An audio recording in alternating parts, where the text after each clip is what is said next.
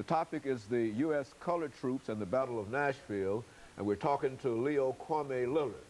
And of course, Professor Lillard has been giving us quite a bit of information in reference to his background. But let us continue this and have you to give us some information about the participation of African Americans in the war that we will eventually dealing with the battle. I'd be glad to, Dr. Haney. I think as a child growing up in Nashville, I lived in South Nashville, and we had to walk to Cameron Junior High School, which is another part of South Nashville.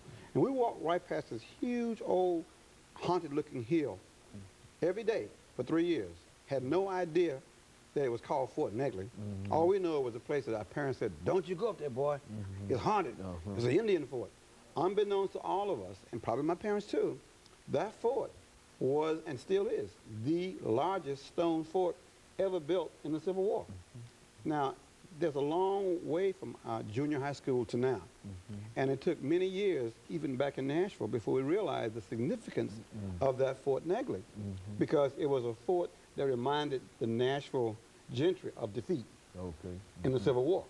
Okay, but that fort was a sense of pride for black folks because we built it. We built it with our own hands. In fact, they forced black men who were bricklayers and stonemasons to build that fort. Nashville itself was a key city during the Civil War because it had all these railroads, and it was a border state. It was the last state to succeed during the Civil War. But it also allowed this city to become the launching area to supply the entire war effort that Lincoln needed to have to defeat the Confederate armies operating in Alabama and Georgia and Mississippi. Okay? So Nashville was occupied, was only one of two cities occupied, Nashville and New Orleans. Only two cities occupied during the entire war, and became staging areas to defeat the Confederate Army.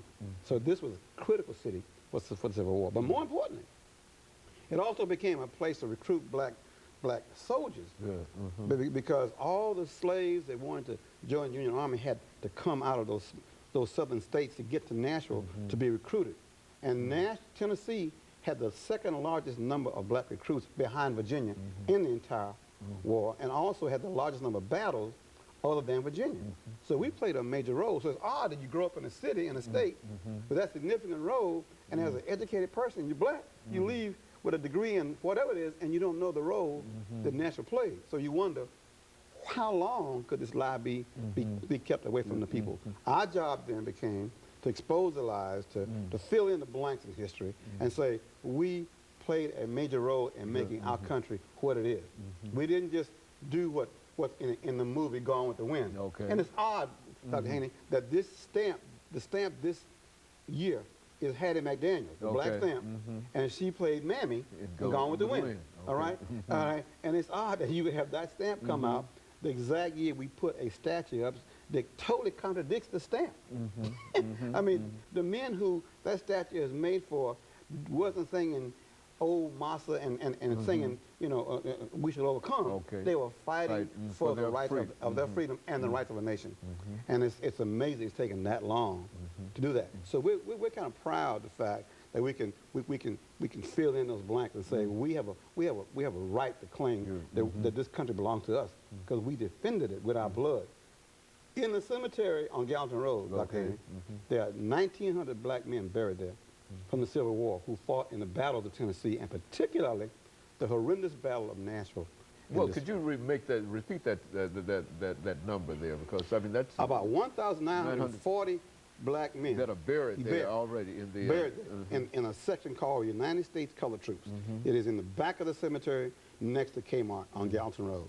When you go under the train track, you turn left, and there you will find up on the hill 1,900 graves with the inscription USCT on the headstone. That signifies that they were Union soldiers of African descent.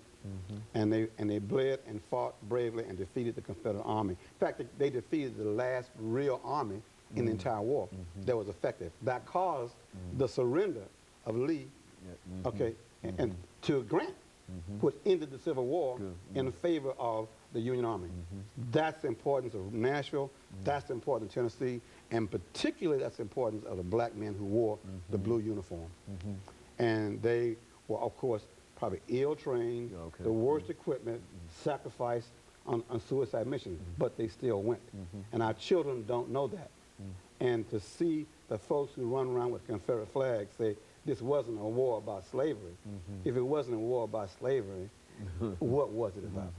What was it about? And we're just so proud that the Civil War stories that are coming out now, trying to fill in that gap and not make Gone with the Wind the only interpretation of that era in our country. And most of us as children, including myself and you too, until you were 20, 30 years old, you assumed that Gone with the Wind was correct. Come out of Hollywood, right? It was a wonderful movie. It was a classic, all right? And it had a black actress, which was an extraordinary accomplishment at the time itself. That's right. Who would ask questions? You know, why wouldn't you be proud of her? At least she got paid. You know, at least she was in the movie. But there were huge pieces of gaps, information until the movie Glory. I think most Americans didn't even know that black men fought. You know, you mentioned sponsors and individuals who have played a significant role. We've got about 2 minutes. Why don't you say something about those individuals who played a crucial role in helping you to resurrect this whole idea and build this great statue that you put in the Well, I think without the Tennessee Historical Commission, the historical commission that is a publicly funded operation, tax supported, Mr. Norman Hill, who was the first black elected chairman of the Tennessee Historical Commission, gave us the final money we needed to pay the foundry to cast the statue. But there are lots of people on this board here. You can see Mr. Barry Stokes from One Point Solutions. He gave $5,000. Okay, there Mr. Stephen Turner, charitable foundation, $5,000. Al Berry, the former black chairman of the NES, very important person. Bell South, Dr. T.B. Boyd, $2,500. So these people here, Dana Foundation, Vernon Winfrey, Mr. Winfrey gave $1,000. We called him up and said, Vernon, we need to help us put this statue up there. He said, no problem, here's $1,000. So people, then we have lots of small donations. Some people gave as much as $2. Students at TSU gave $1. But it took all those students and all the people to put that $48,000 little nest egg together to get the statue. And so the statue cost $48,000 is the total price. That's right. But that's just the beginning. We still have promises to our major benefactors and major donors. We've got to honor those commitments by giving them some piece of artwork to say thanks for what you did. We committed to that. We have to maintain the statue.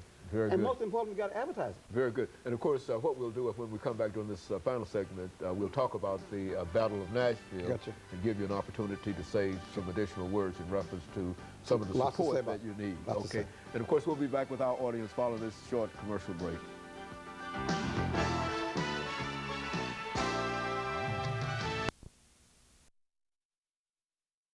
And the topic is U.S.